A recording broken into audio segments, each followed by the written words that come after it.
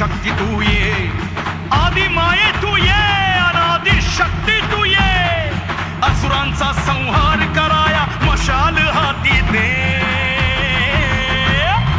सत्वरी भूवरी सत्वरी भूवरी छत्रपती शिवाजी महाराजांचं पूजन करते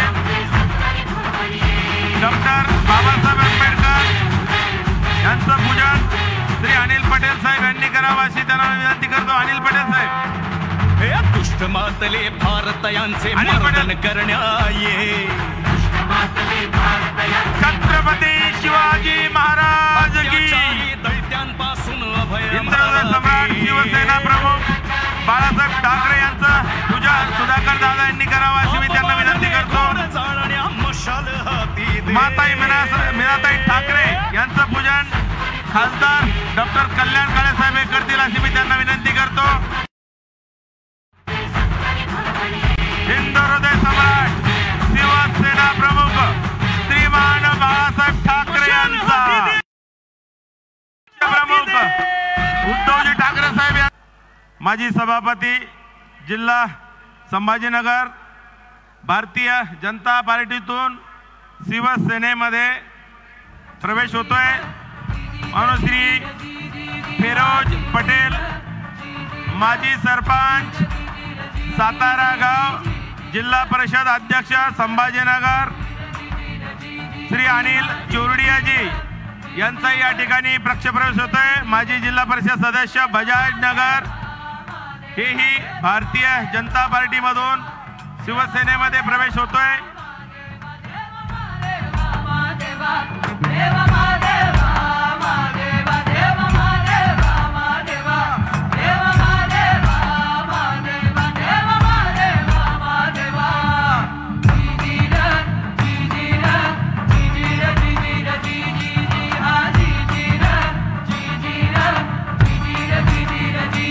पक्षप्रमुख उद्धवजी ठाकरे साहेब यांचा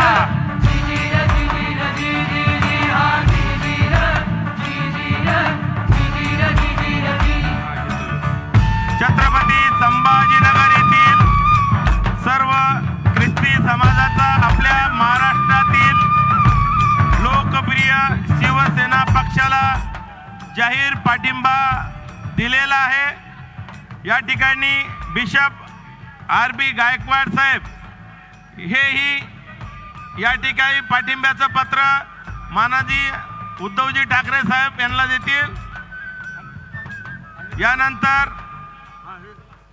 विरोधी पक्षनेते तथा शिवसेनेचे अंबाजी दानवे साहेब।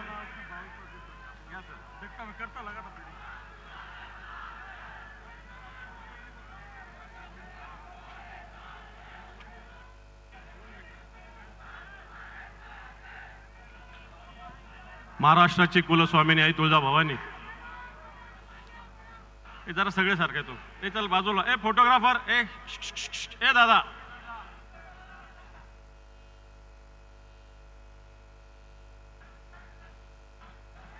महाराष्ट्राची कुलस्वामिनी आई तुळजाभवानी, सह्याद्रीचा जाणता राजा छत्रपती शिवराय, हिंदुहृदय सम्राट शिवसेना प्रमुख श्रीमान बाळासाहेब ठाकरे यांना मानवंदना।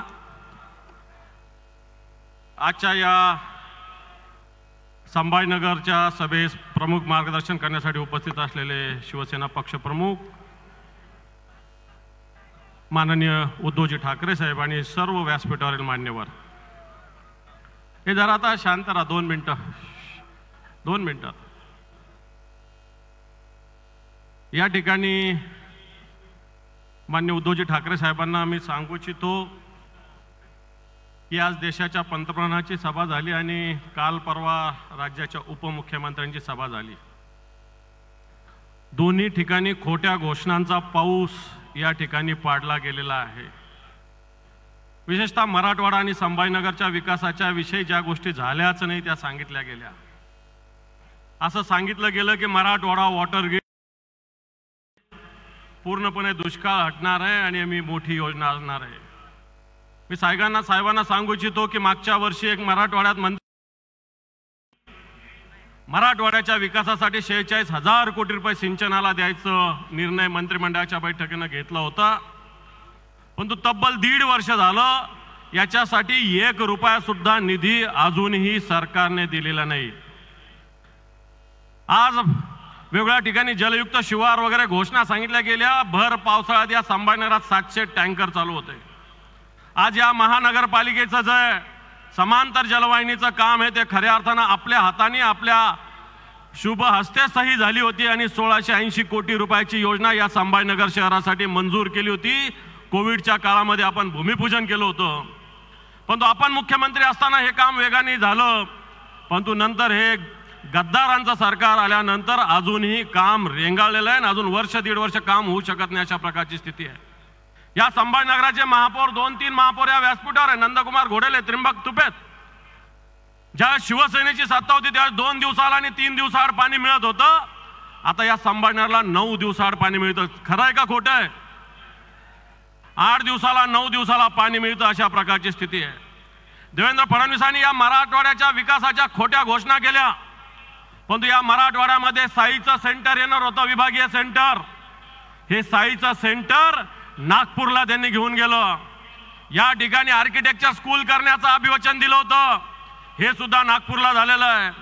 आणि मी आपल्याला सांगू इच्छितो, इथं ऑरिक सिटीच्या विषयी काही घोषणा झाल्या, परंतु गुजरातमध्ये अशी ढोलेरो सिटी आहे। या ठिकाणी अनेक योजना आणल्या जातात, परंतु संभाजीनगरच्या ऑरिककडे पूर्णपणे दुर्लक्ष केलं जातं। अशा प्रकारची स्थिती आत्ताच्या घडीला आहे। आणि म्हणून ज्या पद्धतीने मराठवाड्याचा विकासाचा पाण्याचा प्रश्न होता, या सरकारने कोणत्याही याच्यासाठी 1 रुपया सुद्धा निधी दिलेला नाही अशा प्रकारची स्थिती आहे। या मराठवाड्यामध्ये आज पूर्ण जर राज्याचा विचार केला तर 7274 शेतकऱ्याच्या आत्महत्या झालेल्या आहे। या सगळ्या आत्महत्या खऱ्या अर्थाने या सरकारच्या दुर्दैवी कामकाजामुळे होत आहे। आज या ठिकाणी जे जे उमेदवार त्यांनी उभे केलेले हे जर बघितले तर मला असं वाटतं सगळे उमेदवार एकाचड एक नग ज्याला म्हणता येईल अशा प्रकारचे नग आहे। एकाच्या दारूच्या दुकान आहे, एकाचं मुंबईच्या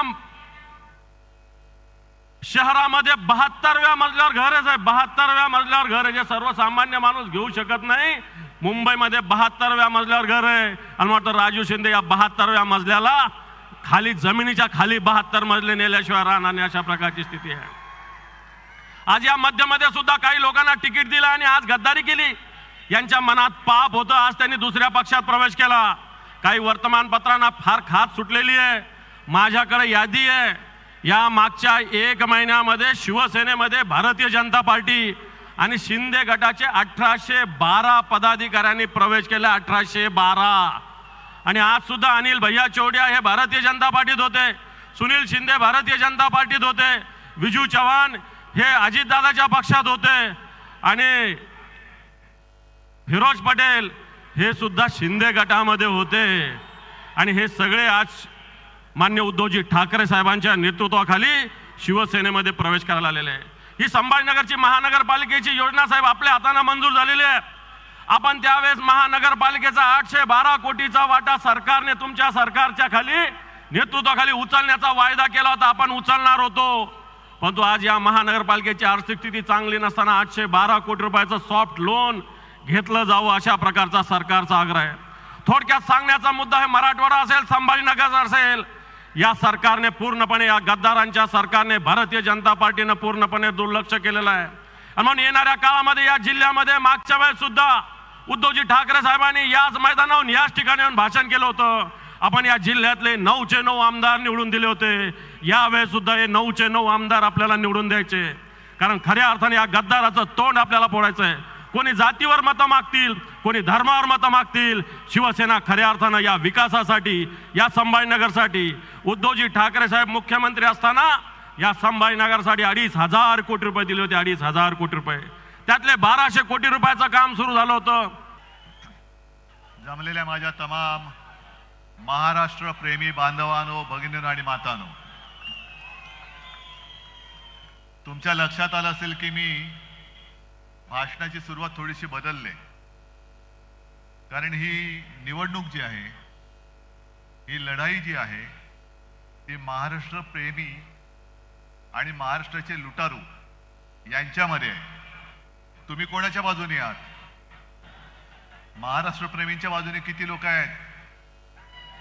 आहेत ना? लोकसभेच्या वेळेला आलो होतो असंच सगळं भरलं होतं, पण दुर्दैवाने पराभव झाला. कसा झाला, का झाला, याचं उत्तर हे कोणी द्यायचं आणि कोणाला द्यायचं. मी प्रामाणिकपणाने काही प्रश्न तुम्हाला विचारतोय की जे सरकार माझ्या नेतृत्वाखाली 2.5 वर्ष महाराष्ट्रामध्ये होतं, त्याचा कारभार तुम्हाला आवडला नव्हता म्हणून लोकसभेत आपला पराभव झाला का? माझं नेतृत्व तुम्हाला मान्य नाहीये का? नसेल तर नाही सांगा. मी खुला कारभार आहे माझा. मला मोदी आणि शहा घरी नाही बसू शकत. ज्या दिवशी तुम्ही मला सांगाल की उद्धव आता बस झालं, घरी बस, त्यावेळेला मी क्षणार्धात घरी बसेन. पण जोपर्यंत तुम्ही मला सांगताय की उद्धवजी तुम्ही लढा, मग कोणी माझ्या वाटेमध्ये येऊ दे, मी तुमच्यासाठी प्राण गेला तरी 72 पण लढून जिंकून दाखवल्याशिवाय राहणार नाही. हे तुम्ही ठरवायचे. अनेक जण मला विचारतात की ही निवडणूक तुमच्या अस्तित्वाची आहे का? म्हटलं माझं अस्तित्व हे माझ्या मायबाप, माता भगिनी आणि जनतेच्या बांधवांच्या हातामध्ये. जे शिवसेना प्रमुखांनी मला सांगितलं आणि अनेकदा जाहीर सभेत ते बोलले की जोपर्यंत तुम्ही शिवसैनिक आहात तोपर्यंत मी शिवसेना प्रमुख आहे, असं बाळासाहेब सांगायचे. आणि हीच भावना माझी आहे. कारण आज माझ्या हातामध्ये काही नाहीये, तरी देखील तुम्ही मोठ्या संख्येने आलात, याबद्दल तुम्हाला खरंच मनापासून धन्यवाद देतोय. आणि मी काहीतरी तुम्हाला देऊ इच्छितोय. ती देण्याची ताकद ही जोपर्यंत तुम्ही माझ्या हातात देत नाही तोपर्यंत या सभेला काही अर्थ नाही. आज हे सगळे उमेदवार आपले आहेत महाविकास आघाडीचे. कोणाच्या हातामध्ये मशाल आहे, कोण हात घेऊन उभा आहे, कुठे तुतारी फुंकणारा मावळा आहे. आम्ही का लढतोय तर महाराष्ट्राचा स्वाभिमान आणि महाराष्ट्राची अस्मिता जी पायदळीत तुडवली जाते तिचं रक्षण करण्यासाठी म्हणून आम्ही लढतो आहोत. आज मोदीजी इकडे येऊन गेले आणि त्यांनी सांगितलं त्यांचा बाकीचा, म्हणजे मोदीजी काय बोललेत आणि देवेंद्र काय बोललेत त्यांच्या थापा अंबादासजींनी तुम्हाला सांगितल्या. पण विशेष म्हणजे मोदी साहेब जे बोलले की या जिल्ह्याचं नाव छत्रपती संभाजीनगर केलं, हे मिंद्याचं कौतुक त्यांनी केलं. शिवसेना प्रमुखांचं स्वप्न त्यांनी साकार केलं. पहिल्या प्रथम मोदीजी तुम्हाला सांगतो की बाळासाहेब बोलू नका, ते हिंदू हृदय सम्राट आहेत, होते आणि राहणार. ते तुमचे वर्गमित्र नव्हते, पण त्यांच्या आठवणीसाठी सांगतो की छत्रपती संभाजीनगर ह्या संपूर्ण जिल्ह्याचं नामकरण हे मी मुख्यमंत्री म्हणून माझ्या शेवटच्या कॅबिनेटच्या बैठकीत केलेलं आहे. ज्या वेळेला तुम्ही माझे गद्दार चोरून सुरतला ढोकळा खायला नेले होते तेव्हा मी मुंबईमध्ये मंत्रालयात बसून या जिल्ह्याचं नाव छत्रपती संभाजीनगर हे करून दाखवलं. बरं, हे तर ठीक आहे. जर मोदीजींचं म्हणणं असं असेल की छत्रपती संभाजीनगर हे नाव त्यांनी केलं, तर मग मला सांगा छत्रपती संभाजीनगर आहे कुठे, कुठे आलं हे? कारण जर का आपण मतदारसंघावरती लक्ष दिलं, लोकसभा मतदारसंघ औरंगाबाद पूर्व, औरंगाबाद पश्चिम आणि औरंगाबाद मध्य, मग संभाजीनगर मोदीजी आहे कुठे? ज्या तत्परतेने तुमचा जो नोकर निवडणूक आयोग त्याने माझ्या पक्षाचं नाव चोरून दरोडेखोरांना दिलं, ती तत्परता अजून तुमचा नोकर निवडणूक आयोग माझ्या जिल्ह्याचं नाव छत्रपती संभाजीनगर करायला का तयार नाहीये? का नामांतर झालेलं नाही अजून? म्हणजे तुम्ही केलेलंच नाही आहात, अजूनही मतपत्रिकेवरती किंवा मतदारसंघाच्या यादीत ज्याचं नाव औरंगाबाद आहे, मग मोदीजी तुम्ही आज नेमकं कुठे येऊन गेलात? औरंगाबाद पूर्वमध्ये आला होतात की संभाजीनगर पूर्वमध्ये आला होतात? पट्टे तुम्हाला? बाळासाहेबांचं स्वप्न यांनी म्हणजे त्या दाढीवाल्यांनी पूर्ण केलं म्हणतायत. ठीक आहे, क्षणभर मानलं. मग हिंदू हृदय सम्राट बाळासाहेबांचं स्वप्न काय नवाज शरीफचा वाढदिवसाचा केक खाणं हे सुद्धा होतं का, जो तुम्ही जाऊन खाऊन आलात न बोलवता? की कधीतरी एकदा मी पाकिस्तानच्या पंतप्रधान पदाच्या वाढदिवसाचा केक खाऊन येईन, हे माझं स्वप्न आहे, असं काय तुम्हाला सांगितलं होतं? मग का गेला होतात पाकिस्तानात? बरं, महाराष्ट्रामधले उद्योग लुटून तुम्ही जे काय गुजरातला नेले आणि नेता आहात, हे शिवसेना प्रमुखांचं स्वप्न होतं का, जे मिंद्यांनी पूर्ण केलं? मी मुख्यमंत्री असताना आणि आपलं महाविकास आघाडीचं सरकार असताना याच संभाजीनगरमध्ये मेडिकल डिव्हाइस पार्क आणत होतो. कुठे गेला तो मेडिकल डिव्हाइस पार्क? कुठे? गुजरात. तुम्हाला कल्पना आहे मेडिकल डिव्हाइस पार्कच्या माध्यमातून किती जणांना रोजगार मिळाला असता? काय अंदाज आहे? मेडिकल डिव्हाइस पार्क आला असता इथे तर त्याला बाकीची जी काही उपकरणं लागतात, जसं बजाज आल्यानंतर अनेक जणांना रोजगार मिळाले, कारण छोट्या छोट्या काही गोष्टी त्याच्यासाठी लागतात, तसंच मेडिकल डिव्हाइस पार्क जो आम्ही छत्रपती संभाजीनगरमध्ये आणत होतो, तो जर का इथे आला असता तर माझ्या मराठवाड्यातल्या किमान 1 लाख तरुणांना आणि तरुणींना त्याच्यामध्ये रोजगार मिळाला असता. किमान 1 लाख. तो तुम्ही घेऊन गेलात गुजरातला. आणि हिंदू हृदय सम्राटांचं स्वप्न म्हणून तुम्ही आम्हाला थापा मारता. छत्रपती शिवाजी महाराजांचा पुतळा, तो तुम्हाला धड उभारता येत नाही. त्या पुतळ्यामध्ये सुद्धा पैसे खाणारी अवलाद तुमची, भाजप आणि मिंद्याची. तुम्ही छत्रपती संभाजीनगर हे नामकरण करू शकता, एक पुतळा धड तुम्हाला उभारता येत नाही. त्या पुतळ्यामध्ये सुद्धा पैसे खाल्ले. मी काल कोकणमध्ये गेलो होतो आणि तिथे एक मंत्री आहेत, केसरकर त्यांचं नाव. म्हणजे माणसं किती निर्लज्ज आणि निर्ढावलेली असतात. पुतळा पडल्यानंतर यांनी काय बोलले होते की वाईटातून काहीतरी चांगलं होईल. अरे गधड्या, महाराजांचा पुतळा पडलाय, त्याच्यातनं चांगलं होईल असं तुला वाटतं? म्हणजे ही एवढी सगळी मेलेल्या मनाची माणसं, ज्यांच्या मनामध्ये महाराजांबद्दल काही आदर नाही, प्रेम नाही, पुतळा उभारताना सुद्धा भ्रष्टाचार करतायत. तुमचं छत्रपती संभाजी महाराजांबद्दलचं प्रेम सुद्धा झोट आहे. मग आमच्याच काळामध्ये आम्ही इथल्या चिकलठाणा विमानतळाचं नामकरण जे केलं होतं, छत्रपती संभाजी महाराज चिकलठाणा विमानतळ, ते अजून का केलं नाही मोदीजी तुम्ही? काल मी गोव्याला गेलो होतो, गोव्याच्या विमानतळाचं नाव मनोहर पर्रीकरांचं केलं, अयोध्येचं तुम्ही केलं, आणखीन कुठे केली असतील. पण अजून देखील आता 5 वर्ष झाली तो ठराव मंजूर करून झाला, का माझ्या या विमानतळाचं नाव छत्रपती संभाजी महाराज विमानतळ करत नाही तुम्ही? सांगा ना आम्हाला. आलं की काय वाटेल ते बोलायचं.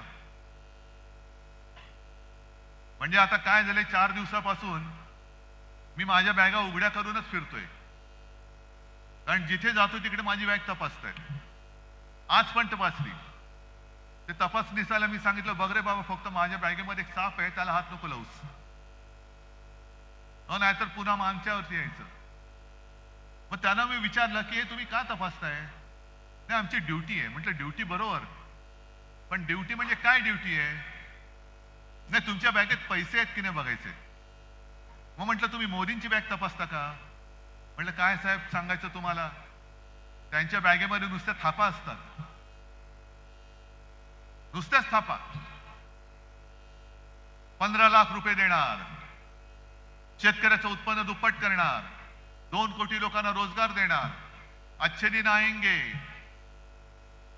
सगळ्या थापा गेले 10 वर्ष आम्ही ऐकतोय, तरी थकत नाहीये. थापा देऊन देऊन हा माणूस थकत कसा नाही, ही एक दैवी चमत्कार आहे हा. एखादा माणूस थापा मारून मारून कंटाळेल, थकेल, पण हे थकतच नाहीत. आणि मग ते जे काय म्हणतात की भगवान ने मुझे भेजा आहे, असू शकतं बाबा, की खोटं बोलून सुद्धा तुम्ही थकत नाहीत. ही काहीतरी वेगळी शक्ती आहे, वेगळा चमत्कार आहे. आज यांना आठवलं मिंद्याना आणि सगळ्यांना, 3 भाऊ, एक जॅकेट भाऊ, दाढी भाऊ, देवा भाऊ, आणि सगळे मिळून महाराष्ट्र खाऊ. यांची जी काय वृत्ती आहे, लुटेंगे और बांटेंगे, म्हणजे महाराष्ट्र लुटेंगे आणि दोस्तों को बांटेंगे, ही यांची खरी गोष्ट आहे. पटेंगे या कटेंगे वगैरे नाहीये. महाराष्ट्राला लुटणार आणि आमच्या म्हणजे त्यांच्या दोस्तांना वाटणार, वाटायचा, लुटायचा आणि वाटायचा, हे उघड उघड चाललंय. मग आपण छत्रपती शिवाजी महाराज की जय म्हणून जे काय बोलतो तिरिमिरीनी, आणि आपल्या महाराजांचा महाराष्ट्र आपल्या डोळ्यात देखत हे लुटून गुजरातला नेत आहे, तरी आपण काय चंड बनलो की काय एवढे की आपण गप्पच बसलेलो.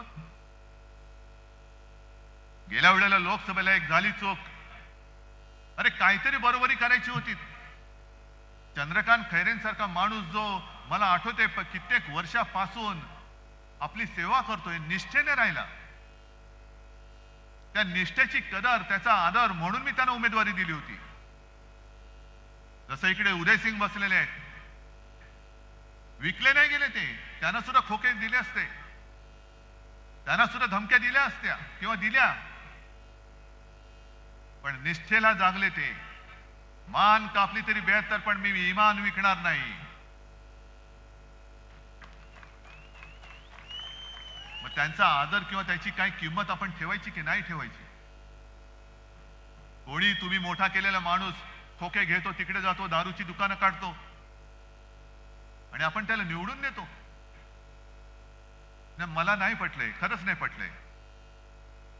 हे संभाजीनगर, हे छत्रपती संभाजीनगर शिवसेना प्रमुखांसुद्धा मला नाही वाटत हे पटलं असतं. पाठीमध्ये वार करणारी अवलाद, या शिवसेनेने यांना राजकीय जन्म दिला, यांना मंत्रिपद दिलं, आणखीन काय करायचं बाकी होतं? सगळं काही केलं तरी सुद्धा उलटे फिरून तुम्ही आईवरती वार करताय आणि त्याला जनता निवडून देते, हे मला पटूच शकत नाही. मग कोणासाठी लढायचं, कोणाच्या भरोशावरती लढायचं? आज सुद्धा मी मैदानात उतरलोय, कोणासाठी उतरलोय? माझ्यासाठी उतरलोय. माझं काय जातंय? महाराष्ट्र लुटतात, लुटू द्या ना. संभाजीनगरचा मेडिकल डिव्हाइस पार्क, 1 लाख नोकऱ्या देणारा मेडिकल डिव्हाइस पार्क गुजरातला गेला, माझं काय जातंय? मुंबई अदानीच्या घशात घातले, जाऊ दे ना, मला काय त्याचं? कोल्हापूरला गेलो होतो, राधानगरी, तिथल्या आपल्या KP पाटील या उमेदवारांनी सांगितलं की आमच्या इथलं पाणी पण अदानीला विकून टाकलं, जाऊ दे ना, माझं काय जातंय? हे सगळं जाऊ दे ना, माझं काय जात नाही. एक दिवस आपण सगळेच जाऊ, सगळेच जाऊ,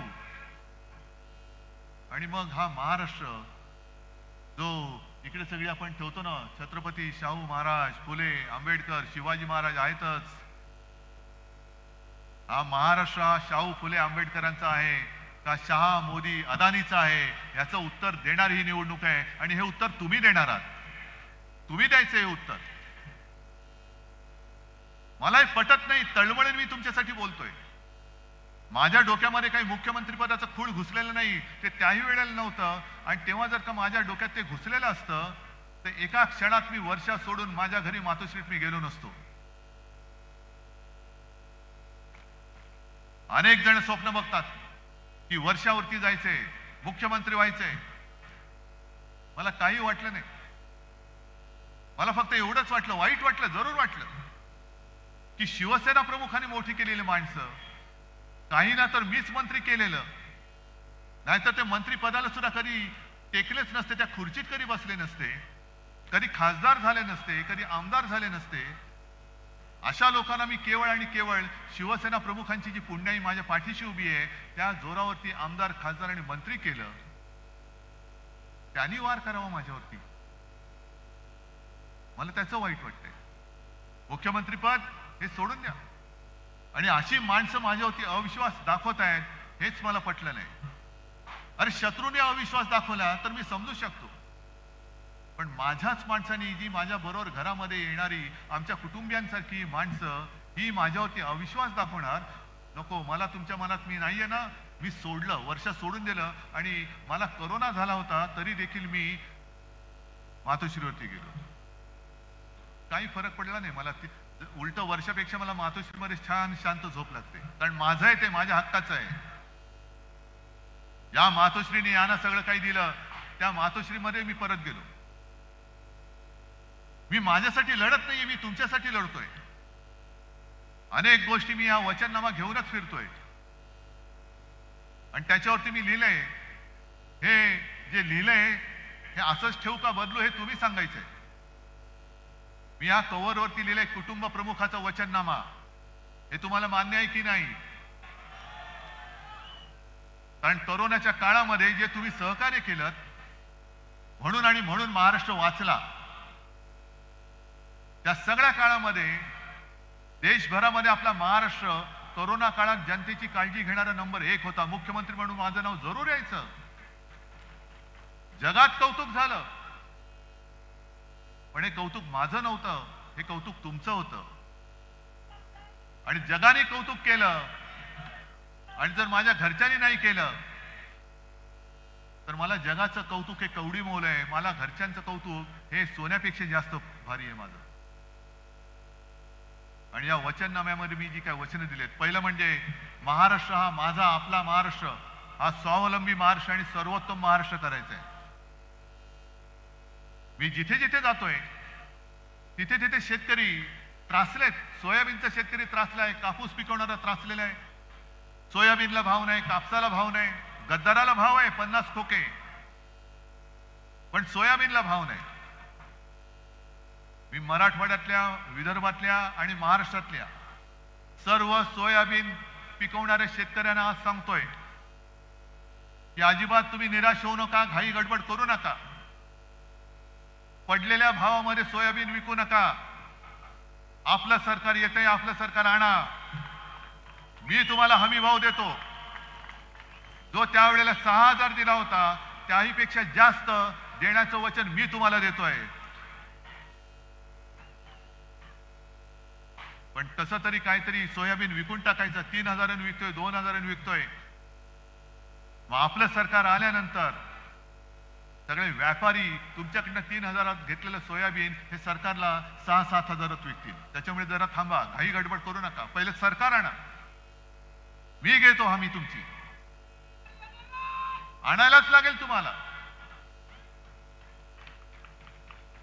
आणि हे मी करून दाखवले. 2 लाखापर्यंत पीक कर्ज मुक्त मी केलं होतं की नव्हतं? आणि या गद्दारांनी गद्दारी करून सरकार पाडलं नसतं तर 5व्या वर्षी माझ्या मनामध्ये पुन्हा एकदा शेतकऱ्याला कर्जमुक्त करायचं नक्कीच होतं. मी करून दाखवलं असतं. ठीक आहे, पुन्हा आपलं सरकार येतंय. हे सरकार आल्यानंतर पुन्हा माझ्या शेतकऱ्याला मी कर्जमुक्त करून दाखवेन. आणि जेव्हा आपण फिरत असतो तेव्हा काही काही गोष्टी घडत असतात, त्या नुसत्या बघून किंवा ऐकून सोडून द्यायच्या नसतात. मी 1-2 महिन्यापूर्वी आलो होतो, मला वाटतं आपल्या कोणाच्या प्रवेशाला, अंबादास, हा तुमच्या प्रवेशाला आलो होतो. आणि तिकडने येताना एका शेतात थांबलो. शेतात थांबले, मी आलो म्हटल्यानंतर शेतकरी सगळे धावत आले, पाया पडायला लागले की उद्धवजी तुम्ही आमचे देव आहात, तुम्ही आमचं कर्ज माफ केलं. म्हटलं बाबा मी देव नाही, मी माणूस आहे. उलट तुम्ही देव आहात, कारण तुम्ही आम्हाला अन्न देता.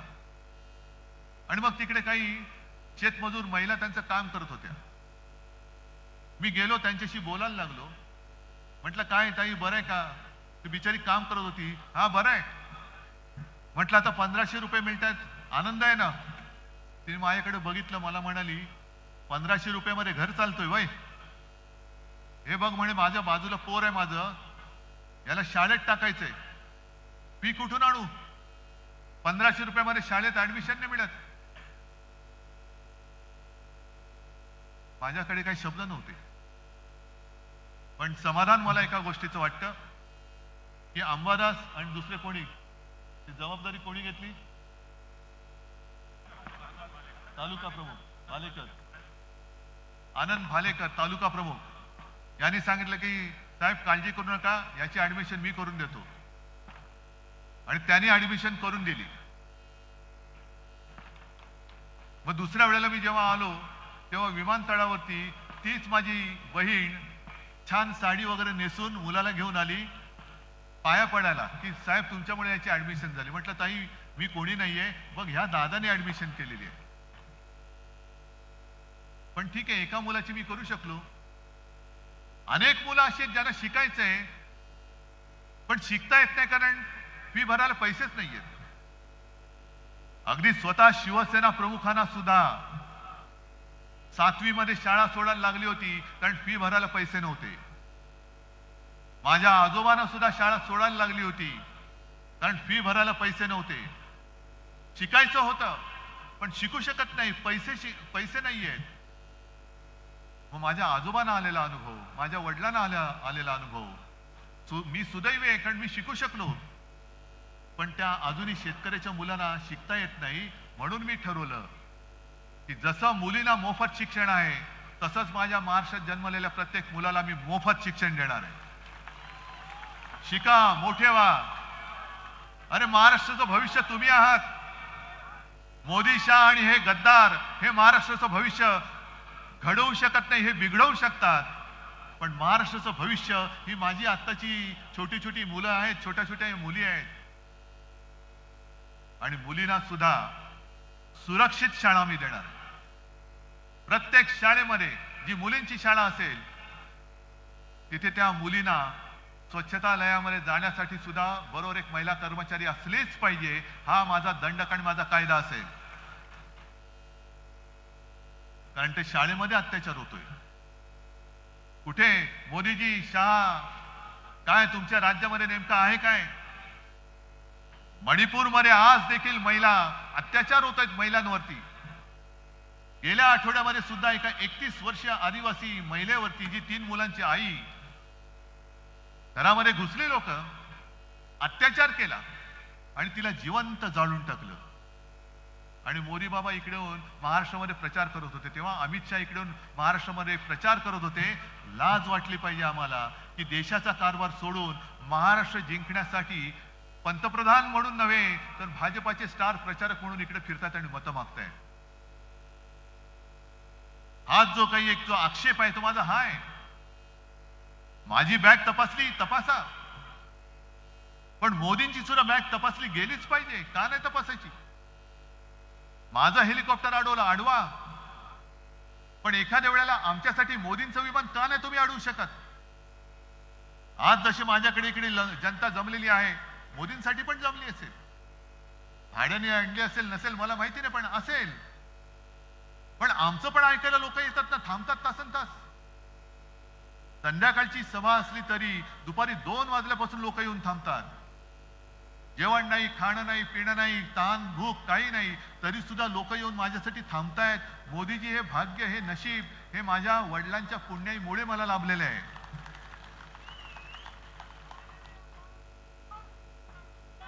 ही आमची घराणेशाही आहे. तुमच्यासारखं नाही आमचं की वापरा आणि फेकून द्या. आज आम्ही काँग्रेस आणि राष्ट्रवादी सोबत आलोय. का आलोय? तुमची हुकुमशाही गाडायला आलेलो आहे. तुमचा भ्रष्ट कारभार गाडायला आलेला आहे. ही मशाल घेऊन तो भ्रष्ट कारभार जाळायला आलेला आहे. सगळीकडे भ्रष्टाचार, भ्रष्टाचार, भ्रष्टाचार. अरे संभाजीनगरच्या पिण्याच्या पाण्याची जी योजना होती, मी मुख्यमंत्री असताना मला जेव्हा कळलं की महापालिकेकडे पैसे नाहीत, मी तात्काळ ती योजना सरकारकडे घेऊन सरकारकडनं मी तुम्हाला करून देत होतो. छत्रपती संभाजीनगर या शहराची पाणी योजना ती कितीची होती? 1700 कोटी. आता किती झाली? 2800 कोटी. तरी सुद्धा झाले. म्हणजे यांची सगळी कॉन्ट्रॅक्ट जी आहेत हा विकास विकास विकास म्हणून जे बोंबलत आहेत, हा विकास जनतेचा नाही, हा विकास त्यांच्या कॉन्ट्रॅक्टर मित्रांचा आहे. टेंडर वाढवायची, पैसे वाढवायचे, सरकारच्या तिजोरीतून पैसे काढायचे, कॉन्ट्रॅक्टरला द्यायचे आणि त्यांच्या माध्यमातून आपण खाऊन फस्त करायचे. हा असा कारभार हा तुम्हाला मान्य असेल तर द्या बाबा, त्यांना मत द्या, आम्ही मोकळे होतो. आणि हा तुम्हाला असा सगळा भ्रष्ट, नीतीने भ्रष्ट म्हणजे आरोप करायचे आणि त्यांच्याकडे आल्यानंतर धुवून पुसून साफ करायचा, हे असा दुतोंडीपणा हा मला नाही कधी शिवसेना प्रमुखांनी शिकवला. आमच्यावरती जेव्हा तुम्ही आरोप करतायत, अमित शहा आरोप करतायत की 370 कलमला विरोध करणाऱ्यांच्या बरोबर तुम्ही बसलात, म्हणजे कोणाबरोबर बसलो? अहो 370 कलम काढलं तेव्हा शिवसेनेने तुम्हाला पाठिंबा दिला होता. तुमचं कौतुक आज सुद्धा आम्ही करतोय. पण अमित शहाजी 370 कलम होतं तेव्हाही आणि आता काढल्यानंतरही किती काश्मीरी पंडितांना तुम्ही परत त्यांच्या घरी नेऊ शकलात, हे ह्याचा पहिला आकडा द्या आणि मग तुम्ही आमच्यावरती टीका करा. आणि मग माझाही प्रश्न त्याला आहे की काश्मीरमध्ये जेव्हा हिंदू पंडितांवरती अत्याचार होत होते, हत्या होत होत्या, अत्याचार म्हणजे महिलांवरती अत्याचार होत होते, त्यावेळेला म्हणजे ती परिस्थिती एवढी भयानक होती की अनेक काश्मीरी पंडित आपलं हक्काचं वडिलोपार्जित घर सोडून आपलं चंबू गबाळ घेऊन देशभरामध्ये निर्वासिताचं जीणं जगत होते. कुठे जायचं कळत नाही, मुलांना शिकवायचं कसं, राहायचं कुठे. आणि तेव्हा मोदी नव्हते, शहा नव्हते, फक्त हिंदू हृदय सम्राट शिवसेना प्रमुख बाळासाहेब ठाकरे होते, ज्यांनी सांगितलं की तुम्ही माझ्या महाराष्ट्रामध्ये या, इथे येऊन राहा. कोणाला शिकवताय तुम्ही? उगाच काहीतरी बडबडत सुटायचं, काही थापा मारायच्या. प्रत्येक वेळेला उद्धव ठाकरेंनी हिंदुत्व सोडलं, हिंदुत्व सोडलं, हिंदुत्व सोडलं. अरे भगव्याला कलंक तुम्ही लावलात, गद्दारीचा डाग तुम्ही लावलेला आहात. आणि आज स्पष्ट मी आरोप करतोय की तुम्हाला महाराष्ट्र मी लुटू देत नव्हतो आणि देणार नाही, म्हणून तुम्ही मला संपवायला निघालेला आहात. कारण त्यांना माहितीये तुम्ही माझी माणसं फोडली, गद्दारी करून अगदी डोक्यावरती बसवलं, ते तुमचे बूट चाटतायत. पण तुम्हाला माहितीये की महाराष्ट्र जो लुटायला येईल त्याच्या पेकाटात बुटाची लाथ घालणारा पहिला उद्धव बाळासाहेब ठाकरे असेल. अर्थात हे सगळं तुमच्या हातामध्ये. मी इथे नुसतं काय प्रवचन द्यायला नाही आलो. गेल्या वेळेला झालेली चूक तुम्ही सुधारणार आहात की नाही हे पहिलं मला सांगा. निष्ठेने महाराष्ट्राबरोबर निष्ठा तुमची आहे की नाही हे मला सांगा. तुमची निष्ठा महाराष्ट्रापाशी आहे की गुजरातपाशी आहे हे ठरवणारी ही निवडणूक आहे. तुमचा मेडिकल डिव्हाइस पार्क इकडून गुजरातला नेला, तुमच्यापैकी किती लोक जाऊन तिकडे नोकऱ्या करणार आहेत? महाराष्ट्र आपल्या हातामध्ये ठेवायचा आहे का मोदी शहांच्या हातामध्ये ठेवायचा आहे हे तुम्ही ठरवायचं आहे. आणि आपल्या हातामध्ये जर का ठेवणार असाल तर जेवढे जेवढे इकडे उमेदवार आहेत सगळे इकडे या.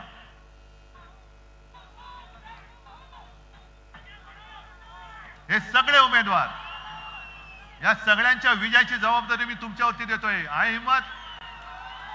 देताय वचन? आणि त्या दोघांना, मोदी शहा आणि त्यांच्या या चेला चपाट्यांना, मिंदेना, अजित पवार आणि देवेंद्र फडणवीसांना दाखवून द्या की महाराष्ट्र हा गांडुळाची पैदास करणारा प्रदेश नाहीये. महाराष्ट्रामध्ये वाघाचे छावे जन्माला येतात. आणि जर तुम्ही आमच्या वाटेला जाल तर मुनगट्टीवारांना सांगते की तुम्ही आणलेली वाघनखं बाजूला आहेत, पण ही माझी वाघनखं माझ्या सोबत आहेत. आणि या निवडणुकीमध्ये ही वाघनखं या महायुती सरकारचा भ्रष्ट कारभाराचा कोथळा बाहेर काढल्याशिवाय राहणार नाही हा विश्वास व्यक्त करतो आणि आपली रजा घेतो. जय हिंद, जय महाराष्ट्र.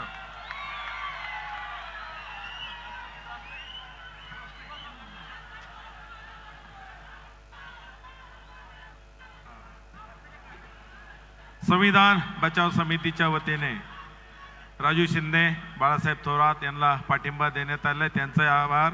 या ठिकाणी राजू वैद्य महानगर प्रमुख हे आभार मानतील.